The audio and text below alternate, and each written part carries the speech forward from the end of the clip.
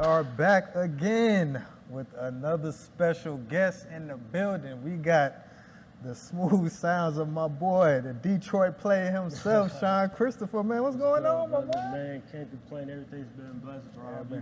I'm good, man. I can't complain. You know, out here trying to do what it do, man. Trying to make it work out here. You know what I'm saying? How everything been going? You been staying safe out here in these streets? Yeah, man. It's crazy out here, bro. It's crazy. It's crazy, man. We got killing. We got COVID. We got everything. Everything, bro. Everything. Staying safe, staying prayed up. That's all you can do, bro. Just steady yourself, mind your business. Yeah. You know, mind your business. Just do what you need to do instead Stay of out the way. Somebody else's business, bro. Right. That's how you live a long, prosperous life. You say that again. Mind your business, bro. Mind your business. Exactly. So, you're from Detroit. Yeah. Now, Detroit is a legendary city, man. Motown. You got Motown. You got a lot of legendary artists. You got Anita Baker, Aretha Franklin, all the way up to Eminem and some of these new guys, Big Sean. Diana Ross. Exactly. The Four Tops. Four Tops. For people that have never been to Detroit, I've never been. What's Detroit like, man? Is it a split city? Like, is it east side versus west side, south side versus north side? So is it camaraderie? How is it? I'd say like back in the day, it used to be like east side versus west side, but like as of today, like Detroit as a whole, like has really unified and came together. Okay. Especially because of the music scene, like right. Like we haven't had unification like that really since Motown was in Detroit, you know. Okay. But now pretty much like now that the Detroit scene, as far as like the rapping styles, is like back on the scene again. Yeah. I feel like a lot of the rappers and like all the like the any kind of differences among like neighborhoods or like gangs like that, it's really like all the problems have really like dissolved, you know. Right. Because, like everybody, there's like a lot of money out there. And they're starting to see like, yo, let's come together. Everybody's looking at us right now. Like, you know what I'm saying? Let's just be one. You know what I'm saying? Yeah. So it's like everybody kind of has a common goal to put Detroit, because I see the Detroit versus everybody T-shirts. Oh, yeah, that started I think back in like 2015. Those shirts, yeah. So that's good. That's good because you know I've seen 8 Mile. You know what I'm saying? So from what I know of Detroit, and it's probably just like every city that you got these cliques beefing. Yeah. You got Big Meech from Detroit. I watch his show, BMF, and I see how it is. It's seems like it's kind of split, but you know, you saying that it's kind of unified now. That's good. And for the most part, you know, every city has their problems. You feel me? Like on the back end, like has nothing really to do with music, but like as far as like as far as that, like on the forefront, my nigga, like as far as the rappers and everything. In the media, like in Detroit, everybody's like, for the most part, you know, together. But there are a couple people that got some beef. A couple rappers. So, you know, again, like I named some legendary artists. Even my favorite artist, Stevie Wonder, he's kind of from the area. So what is it about that part of the country that makes it a hotbed for these legendary, just immortal legends come from? Like, what is it about the energy of that city that makes it like that? Yeah.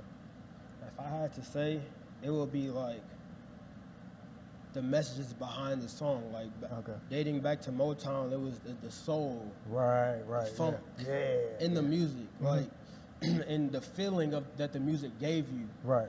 If you look at that versus today, like the rapping today, there's not much feeling in the music, you know.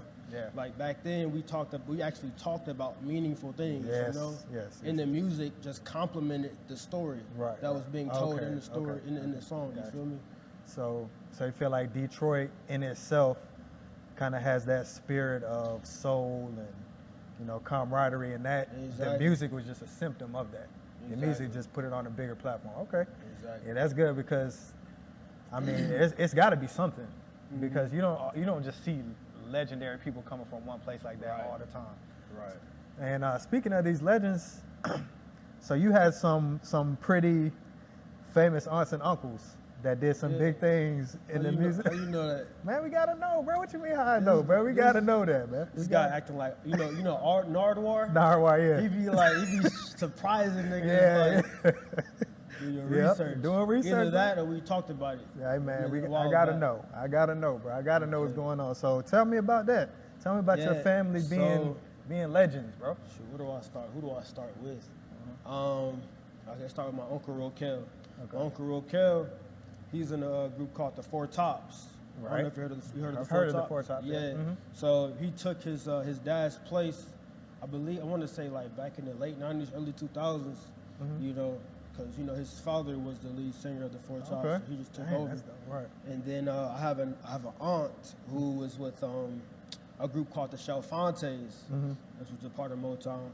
And she was also with a group with Diana Ross. Dang. I forgot what the group was called, but she was in a group with Diana Ross. So your aunt was friends, well, not only friends, but group mates with Diana Ross. Yeah, like my family is like friends with her, like Diana Ross. That's crazy, bro. And then also I have an uncle, Uncle Sunday Baker, who's in a group called the Dynamics. The Dynamics, yeah, I heard. And they were one of the first groups signed to Atlantic Records. To Atlantic? You mean the Atlantic, the big Atlantic that got everybody signed? Label, yeah. They would have Cardi one of the first. B, I think Wiz Khalifa, Ty Dolla $ign, some other people, Dang, that's dope. And then that's not even like where it ends. What? There's more? Okay, shoot. Yeah, there's more, but like some people in my family used to write for Marvin Gaye. What? Yeah, we got some of the rights to the songs. Dang. So like if I wanted to like remix a Marvin Gaye song or like recreate a Marvin Gaye song, I have those rights to do so. Dang. Yeah. That's crazy, man. That's dope. So what's it like being from a family that has done such legendary things? Like how does it give you like a sense of confidence? Like, man, I know I can do this. Like I'm from that cloth. Like I can do this. Not only that, but I feel like an obligation to like to carry on the legacy. Right, you feel me? Right. Like I have a big I have a big plate that I gotta, you know, big shoes to fill. Exactly. But I mean, you build for it, bro. You can do it. You know, you can do it. So growing up, just knowing that you had those roots in the music industry, what did you kind of learn from that? Did they take you under their wing, kind of show you the game, kind of help you with your voice? Like, how did that happen? Like, to be honest, like growing up, there was not really a connection like with the people who like did music in my family. It was more so like I started off with doing sports. Okay. You know, playing sports. What sport you was playing? Baseball, track, basketball, you know. Yeah. But music wasn't my first love.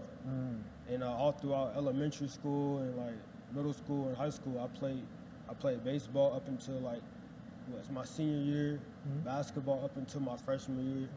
So it's like it was always just sports that was the forefront. Right. Up until I want to say my junior year of high school, when I experienced my first heartbreak. Oh, damn. Like, I always knew that I could sing and I had that capability and that skill to sing, but it's like I never really thought about like making music, you know, recording music. Like actually doing it, Yeah, so right after that, I linked up with one of my homies that actually had a recording studio in his crib that I went to high school with. So he invited me over one day, and then I was recording the song.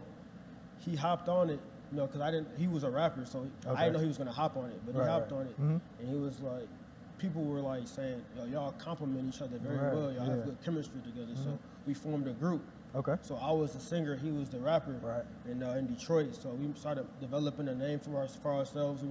We performed at a couple of homecomings in Detroit. Oh, wow. Some of the high schools, yeah. That's dope. So then, like, the group split once I moved down to Atlanta for college. Okay. I attended Morehouse, I majored in business marketing, and then that's when I started doing my solo stuff. Right. And then after that, I put out a song called Trillouette, and it gave me a lot of my buzz. Like, I started getting like labels like Atlantic and Capitol reaching out to me. Wow. Just off one song? Yeah, off of one song. Damn. Like that doesn't happen. That shows that you know what you were doing, bro. You know you was on the right path. Exactly. If you're getting all that buzz from one song, that's probably your first like big song. The first big one. Because I was putting out stuff before that. Like I had a song with Issa, Jacquees's homie. I put out a song with him, and it was doing all right. Like among like the college campuses, as far as like the internet, like college radio type stuff. It was doing good. But that Trillouette song, it was something about that, and I wasn't expecting it to do what it did. Man, that's pretty cool, man. So going back to that first heartbreak, you know, a lot of the best art is born out of tragedy and hurt. So what is it about that heartbreak that actually made you want to kind of express yourself in that way, in the music way? Because heartbreak is kind of hard to express yourself in sports. Right. Like with sports, you can just play hard, like harder, I guess, and it can motivate your efforts. But what about that heartbreak made you want to express it in that way, the artistic way? That's a good question. I guess like as far as the emotion that is put into it, like I feel like my music, or like music for any artist in general, like is a canvas. Like the beat is a canvas for us to put our words on. And like I felt like it felt right in my body to express my emotions that way. Because I didn't really have too many people to talk to. And actually, I take that back. I used to write and like record in middle school, but I never really took it serious. And I did that as like an escape route to like get away from all the negativity that was happening in my life. And I used to just lock myself in my room for like hours at a time, just recording like multiple songs, just getting my emotions out. And then like, you know, after a while, once you stick with something, it just starts to get better and progress. And if you listen to my older music, bro, you'd be like, oh, y'all, it's not the same artist. It was actually trash, you know? Really? Wow. Okay. I mean, you always gonna start out like, you always gonna be your hardest critic, you know what I'm saying? But, you know, piggybacking off of expressing that emotion, because black men, you know, I can't speak for other men because I'm black, so I just know about being black. But a lot of times we feel like we can't, number one, can't express emotions because it shows a weaker side. And number two, we don't feel like anybody cares or anybody will listen. You know what I'm saying? So how important, you know, just speaking to the black man watching, how important do you think it is to kind of get that off of your chest and express that emotion in some kind of way, be it writing, singing, rapping? How important do you think that is? It's very detrimental to your mental, you know, to keep it in. Like, to not bottle it up, and just because over time, like once you just like keep your emotions built up, you're gonna start to like progress and get worse, and you're gonna start having feelings of depression, and ultimately, like Lord forbid anybody, but suicide. You know what I mean? So it's like it's better to just get it out and express your way that way, and then put it out so people will know, you know, what you're going through. And then it also helps other people because like they know they're not the only persons going through that. You know what I'm saying? So, and that's what I look at. Like I do music not only for myself, but I find it very therapeutic in my music for people to listen to because it's like it just lets them know that hey, you're not in this alone. Exactly. Yeah, that's dope. So, black man, if y'all watching, man, get that shit off your chest, man. Don't hold it in. Don't do it. It ain't working. So, you know, it's funny because listening to your music, man, you got a smooth voice. You got like a disarming kind of voice to it. Like, you don't expect to hear the kind of shit that you be talking. Like, you be talking some shit on your track, bro. You be like, look, man, I'm single, bro. I'm doing me. That was a time in my life. That was my savage phase. That was your savage phase? So what is your process when creating these songs? Like, do you write? Do you kind of go in there and freestyle and just go off the dome? Sometimes I create melodies first, right? And then I create melodies based off of my emotion. And then after that, I just put words to the melodies. Right. You understand? And then other ways I have are, what is it? I do that, and sometimes I do punchings. So like I would say a little bit here, and then after that, you know. But that's on my very good day when I'm really vibing with it and I'm really feeling the beat. I don't have to write, you know what I'm saying? Man, that's dope, because I be hearing, man, I was listening to your music and I was like, man, this man talking that shit, bro. You should have been a rapper, bro. You sound like a rapper. That was probably what, like 2019, music in 2019. I was really on my savage stuff. I had just experienced another heartbreak, so I'm like, you know what? It just goes back to just expressing your emotions, you know? Because I find it harder to write about something that I'm not going through as opposed to something I am going through. It's always best to be authentic. To like actually express what you're really going through, because people can tell, your audience can tell, like, yeah, this is real, this is coming from a real place. Right. This ain't no gimmick, this ain't no shit that he just saying to sound good. Like, this is some real shit. So you, growing up, like, what was your education in music? Like, did you have like a vocal coach? Do you know? No, you just. So I started off singing in my church choir. Okay. You know, like growing up, I had. That's where a lot of singers start. Exactly. Yeah. Typically. So I had to do something involved in the church. Like I had to be involved in our church. Right. It was either singing in the choir, miming, the mime ministry, or being an usher. Okay. And I'm like, you know what? I'm not about to stand all service, because the services will be so long. Right. And I had to stand at that door, and open doors for people. You know what I'm saying? So I'm like, you know what? I can already sing. I know my family. Yeah. You know, is involved in music, their music royalty. So I'm like, you know what? Let me join the choir. Right. And I feel like that helped, like, I guess, build my sound and, like, as far as, like, my skill level when it comes to hitting certain notes. Right. Yeah. So it kind of taught you those techniques of, you know, I guess, projecting, being on stage, and actually performing the music, and not just recording the music, because it's a big difference. Exactly. So fast forward, you said you moved down here for college to Atlanta, right? Yeah. What was the biggest difference that you noticed between Atlanta and Detroit? Like, as far as just pursuing music and, you know, I guess being out in these streets? Well, at the time when I moved to Atlanta, at the time when I moved from Detroit to Atlanta, the music scene wasn't really popping like that in Detroit. This was right before T Grizzly popped off, which, like, he put that new modern Detroit sound on the map. Yeah. But I noticed a difference in, like, pace. Like, Atlanta was more up-paced, more music oriented. You know. It was just overall just like the population was way different. Like a lot more people, the traffic, a lot more studios. But yeah, it wasn't really much of a culture shock, because, like, as far as, like, the type of people, like, I feel like Detroit and Atlanta is similar, but Atlanta has a bigger club scene. Okay. The nightlife is bigger than Detroit. I feel like that's the only difference. That's the only difference. Okay. Hey, so did your Morehouse brothers, did they support your music? Did they embrace it? Did they help you with it? Yeah. I had a couple homies in the dorm. They used to come with me to the studio. Okay. And I didn't start off like that. I used to just go sit in my dorm room and just have, like, my speakers playing with, like, the beats behind it. Right. I used to just be singing to them. And I guess I used to get a few noise complaints, because people were just hearing me, like, I was blasting the beats and stuff. But it was only like a couple of people that did music in that hall that actually, like, was drawn to it and actually wanted to see what it was about. Yeah. You know, and those two people, like, used to come to the studio with me. Like, I picked them up. You know, we used to go to the studio after class every day.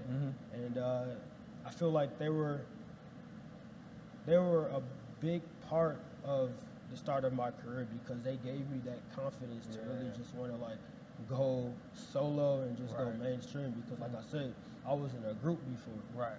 And, like, I was just used to just being me, and then there's the other person, and I would just be like the hook guy, and he would do the verses. So like, I had to just do the whole song by myself. Right. You know, from that point forward. But they pushed me, you know. Yeah. So that's good that you had somebody kind of in your corner, because a lot of people don't know, like, and this is to you up and coming artists, if y'all watching, you can't do it by yourself. You can't do it by yourself. You can write the songs by yourself. You can perform the songs. You can record the songs. Right. But it's more of an effort. It's the marketing. It's the building the relationships. Exactly. It's the getting out, performing, finding open mics to do that. It takes a lot to actually break as an artist. So, you know, it's good to know that you had somebody that was kind of with you and kind of had your back in that moment. So, are you independent? Are you signed? Yeah, I'm currently independent. I've always been independent. I had a few management contracts throughout the years, but they didn't work out for real. Okay. Just differences, you know. Yeah. So, what's the independent grind like? Do you enjoy being independent? Would you sign like if it was the right situation? If it was the right situation, I feel like I like being independent because like I have full creative control. Right. I can do what I want to do when I want to do it. Yeah. You know, I don't owe anybody bread. You know, because that's all in advances. It's a loan. Yeah, it's a loan. So I've had a couple of deals offered to me over the years since I put out Trillouette from Atlantic and Capital. Okay. But they weren't the best deals, so I didn't take them. Right. But I already know where I'm headed, like after this album. So. So that's crazy, man. That first of all, for you to be offered multiple deals off of one single is crazy. But where did that education come from? How do you know that they weren't good deals? Where did that business acumen come from? I had a consultant at the time. Okay. Named Reno Hits. Okay. And he would come with me to the meetings, to the label meetings, and tell me what was good and what was not good, what kind of deal this was. You know what I'm saying? Right. You know, he would really just help you out. Yeah, exactly. Okay, so you had somebody kind of in your corner. So what do you look for in a deal? I know you want the creative control, of course, the money, but what are some of those points? If any labels are watching now, what is it that they need to come with for you to sign with them?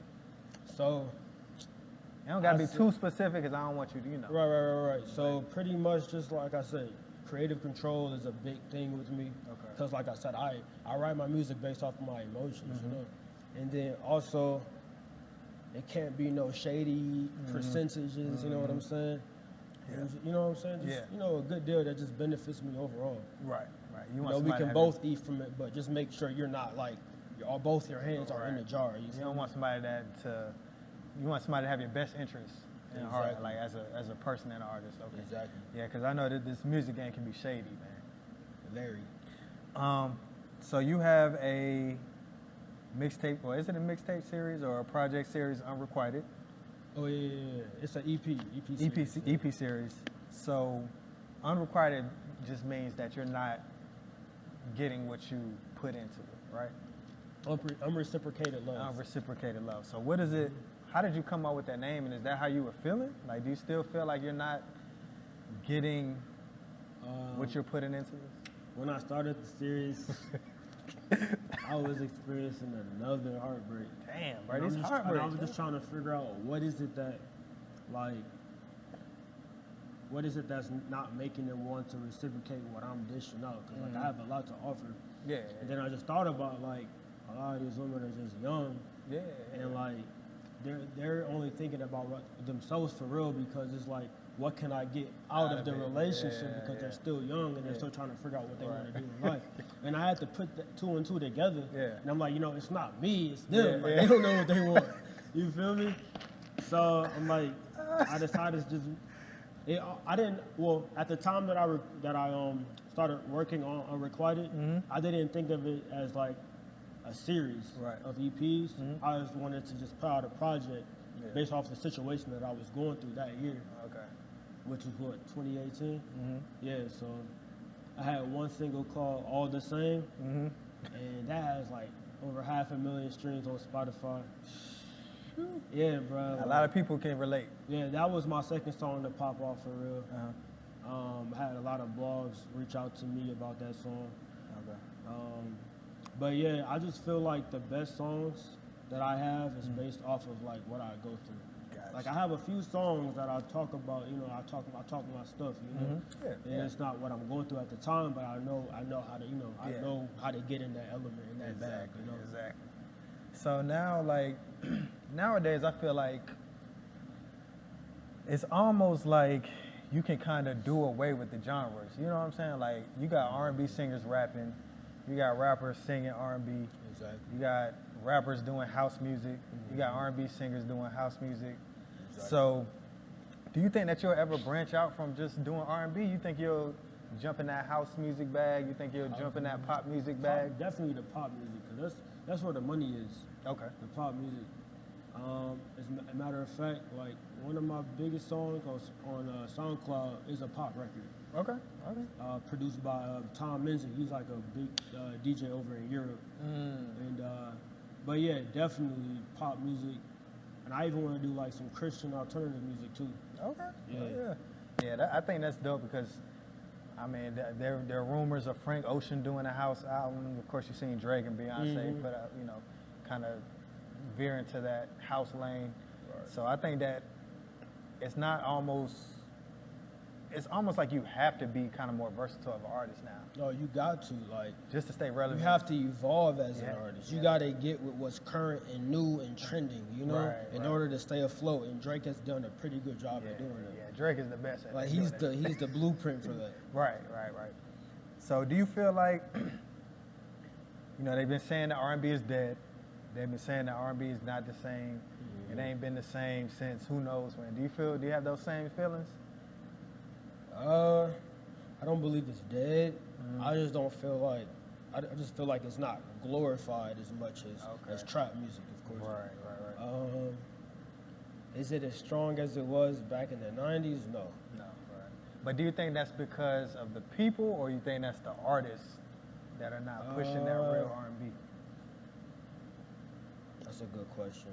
Because you got like... I feel like it's the music. So a lot of the rappers, like I said, it goes back to emotion. Like a lot of rappers, a lot of genuine rappers paint their story on the song.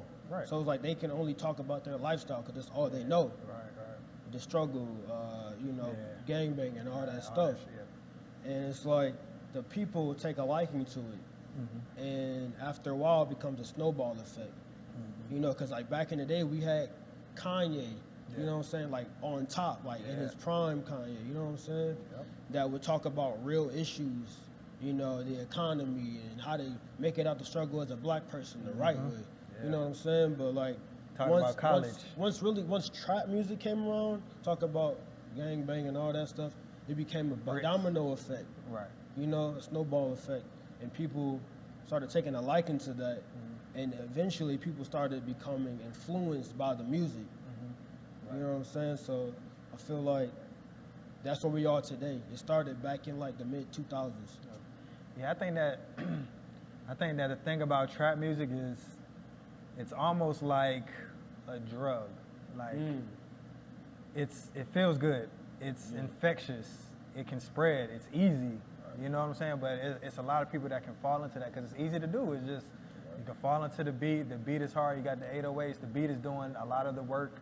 And then you just say something catchy, and you got a hit. Exactly. But and it's definitely been watered down. Yeah. So But with R&B, it's like you got to have different writers. You got people coming in playing instruments. You got people on keys. Right. You got real structure to songs. Right. So I think that real R&B is kind of harder to make. It takes a lot more time to make. And the way that the music industry is, it's like you gotta keep coming with it. Right. But you got people that are doing the thing. You got Summer Walker, you got Lucky Days, you got people out here making noise. So, it's a few and far between, but it isn't completely dead. And I would like to see R&B artists like yourself to, come back and keep making R&B more and more relevant. I also feel like there's a season for everything. Okay, yeah. Like you notice how like R&B, it drops like in the fall, winter time. Yeah. And then then we got the trap stuff in the spring, summertime. Yeah. So I feel like it's a season for it all. People like when the weather gets colder, people tend to be in the house more, chilling, and they want to listen to that chill stuff as opposed to being outside when the weather's great, turning up. So I don't believe it's dead for real. Yeah. But it's not. I don't feel like at this current time. I feel like it's not what it used to. It's not what it used to be. Yeah. Because even the R&B today is toxic. Right. You said that. You're definitely. You know what I'm saying? You got Chris Brown out here, goddamn murking niggas. You know what I'm saying? You got Chris Brown gang banging and shit. Like, you know what I'm saying? So, yeah, you're right. It definitely is toxic, and we got some people out here doing it, but I would like to see it make a comeback. So, you performed in Cuba, bro. Oh yeah, I'm the first American R&B artist to perform in Cuba. First of all, how did that happen, bro? Like, you can't even go to Cuba legally, bro. How did you do 2017. How did that happen, man? 2017, the Cuban rap agency invited me to come perform at their 50th anniversary for hip-hop music in Cuba. Okay. So you have to keep in mind, Cuba is maybe about 50 years behind us as far as like when it comes to like what's trending. Like back in Cuba, they still got cars from the 1960s. Right. Driving around. Like as far as the music, they're listening to like Biggie and Tupac still. Like boom bap rap, you know what I'm talking about? That's what they're listening to. Wow. And it was very exciting to bring them something new. Yeah. It's like they never really heard what I bring to the table. Right. Like here in the States, they haven't really heard trap soul type, trap music before. Right. So like I brought that to them. I recorded I performed a few of my songs. And they were like, "What the heck?" Like I had a translator, like my tour guide. Yeah. Like, was translating. And they were like, "Yo." They're like just shocked what they just heard. Right. They were like, "What is this?" And like? I have a few of them like that have access to social media that like still follow me to this day and DM me, So I've been to a few islands. I've never been to Cuba. And you say they're like 50 years behind. Was it like a culture shock? Because I've been like Puerto Rico, kind of. And I would think it's something similar, but I don't really know. The people are great. There, but as far as Cuba, like you have Old Havana and New Havana. Okay. Old Havana is like more like a third world country, and New Havana is more modernized. Okay. So the Old Havana was kind of a culture shock, but yeah, overall it was a great experience. You know? It was a great experience. I got the best of both worlds. Yeah. So you also did a track with Sada Baby, another Detroit artist. How did that come about? Baby. Yeah, shout out Sada Baby. What was that like? So, his engineer, I'm very cool with. I was working on my 222 EP at the time, and I'm like, you know what? I haven't really had any big features, so I'm like, you know what? Let me reach out to my guy. Shout out to Dre Studio, by the way. Back in Detroit, he got big stuff going on. But he just made the link between us, I flew out there. It was in spring 2021. We made the record. I already had the record previously recorded on my end. Okay, gotcha. And he knocked his verse out within like 5 minutes. Right. Yeah, he came a little different. Like I'm not used to hearing Sada Baby kind of talk about some of the stuff that he was talking about. Like so, he still stayed true to himself on the record. Like his cool known flow, but he just put it on a universal like pop sounding record. Yeah. So that's kind of that spirit of Detroit kind of sticking together and making kind of making it bigger than what it is. And you know what, Detroit rap is hilarious, man. You got some of these guys. Is BF, is his name BF the Pac-Man, is that his name? Oh, yeah. Now, he comes with, like, some comedy, Pac-Man. But he's still spitting bars, though. He's from Lansing. Lansing, oh, okay.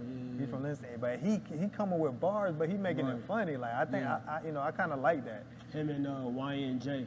Okay, yeah. YNJ. I think he's from Flint or somewhere around there. Yeah. Dang, that's dope, man. So you, I can't believe you did this to me, man. You came here with a big ass chain. Oh yeah. Blinged out.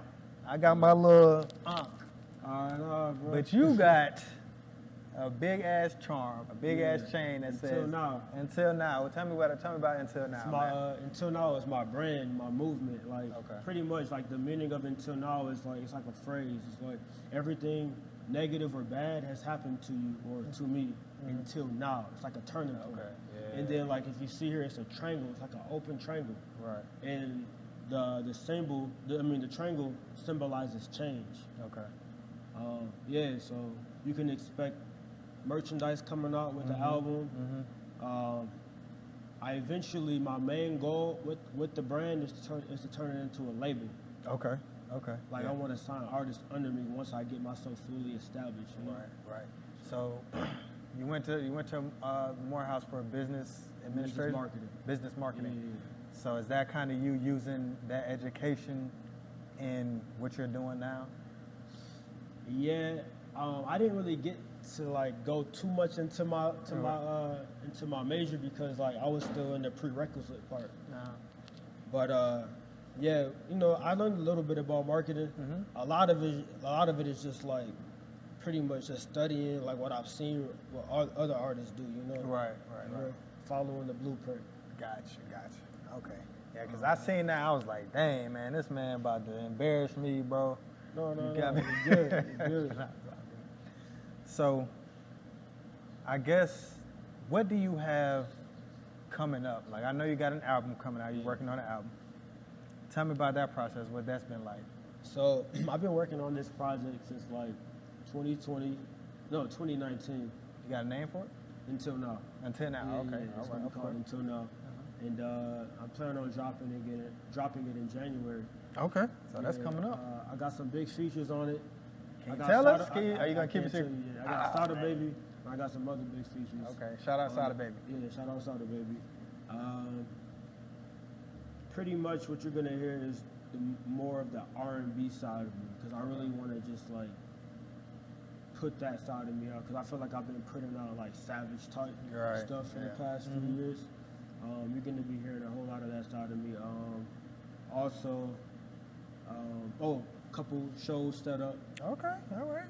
International shows in Europe. Oh, shit. Yeah. So I got that going on. But yeah, have you been overseas yet? Cuba. To Cuba, like to Europe and that? And then, yeah, that's about it. I never been to Europe before. Never been to Europe? Oh, okay. But my biggest place I performed at was Cuba. Okay. You know, I've been to other countries like, you know, Canada. Yeah. You know, I'm very connected with Toronto. Shout out UTU, by the way. All right, shout out to you. All them guys over there. Okay. Yeah. So this album's coming out January. Until Now album. You say you got some big features on there. Yes, sir. And you say it's more of a R&B side. So does that mean, when you say R&B side, is that more of love? Like, is that more of relationship? Well, you're gonna see my more gentle side, you know? Okay, more gentle side. Being more vulnerable.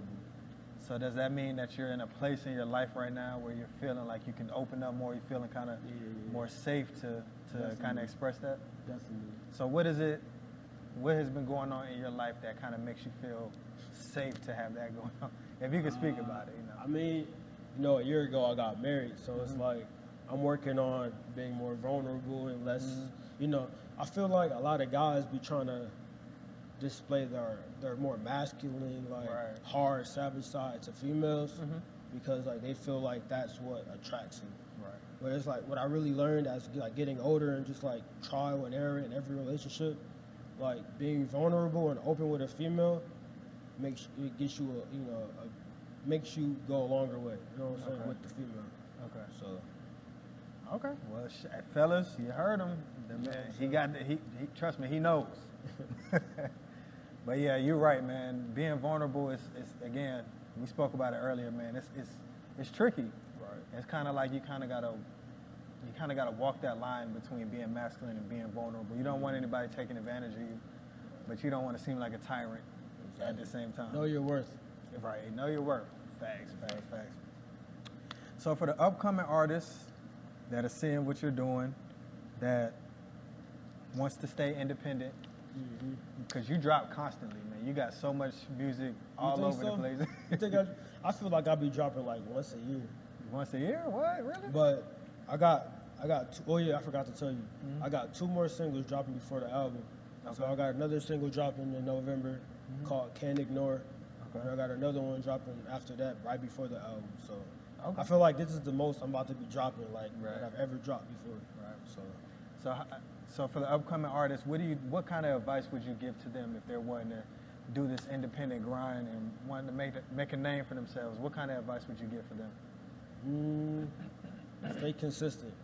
Stay consistent. Like, don't be like me and wait years. Because I feel like part of me, like, waiting to drop, like, it kind of prolonged, like, the elevation of my career. Yeah. So I feel like you just want to always stay consistent, always get the attention of your followers, your fans, because, like, people's attention spans today are so short. Right, super So short. stay consistent, stay up to date on social media. You know, you want to post constantly. Networking is the biggest part.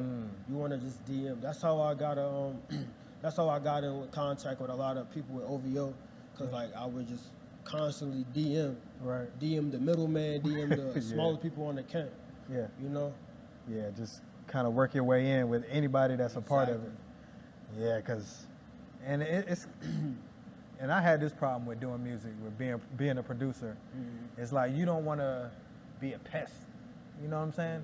You don't want to be annoying to people, but it's almost like you kind of have to do that. I feel like how I move, like I DM somebody one time, you know, and they don't respond, hey, that just wasn't meant to be.